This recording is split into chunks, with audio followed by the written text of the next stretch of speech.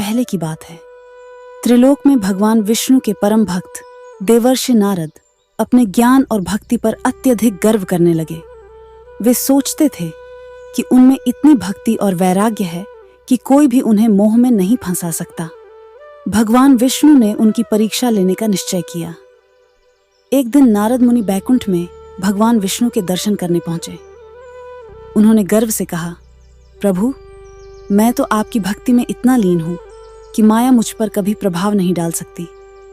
भगवान विष्णु मुस्कुराए और बोले, नारद, यदि ऐसा है तो क्या तुम मेरी एक आज्ञा मानोगे? नारद मुनि ने तुरंत हामी भर दी। विष्णु जी ने कहा, तो इस पृथ्वी लोक में जाओ और वहां तुम्हारे लिए एक विशेष अनुभव रखा है। भगवान विष्णु की लीला से नारद मुनि पृथ्वी लोक पर एक राजा के रूप में जन्मे। उनका नाम हुआ राजकुमार सोमदत्त। वे एक तेजस्वी, वीर और बुद्धिमान राजकुमार बने।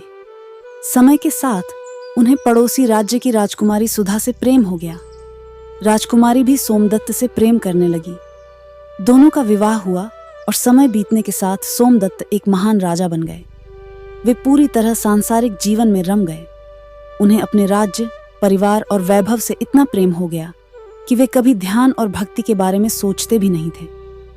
एक दिन एक भयानक युद्ध हुआ और राजा सोमदत्त की सेना हारने लगी।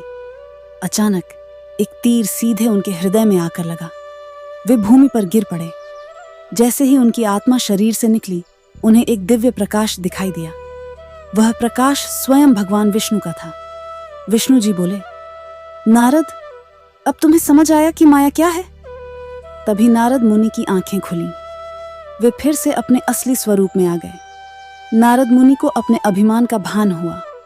उन्होंने भगवान विष्णु के चरणों में गिरकर क्षमा मांगी और कहा, प्रभु, अब मुझे समझ आया कि आपकी माया कितनी प्रबल है।